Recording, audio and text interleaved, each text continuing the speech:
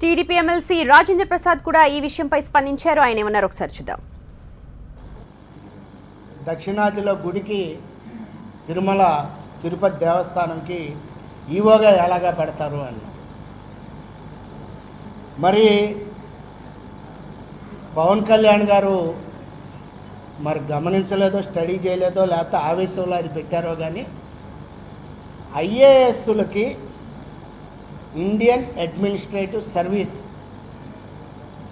ఉన్నవారికి, అది చదివిన వారికి దేశంలో ఎక్కడైనా పనిచేసేటటువంటి అర్హత, బాధ్యత, హక్కు, అధికారం.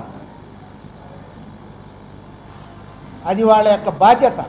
అందుకోసమే ఐఏఎస్, ఐసిఎస్, ఐపీఎస్లు అనేవి పెట్టడం జరిగింది.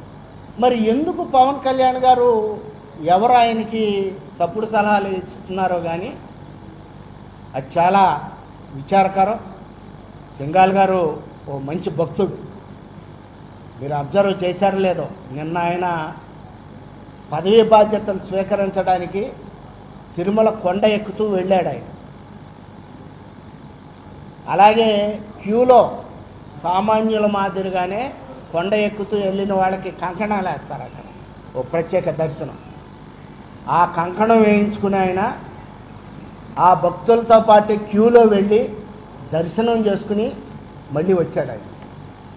అంత భక్తుడు.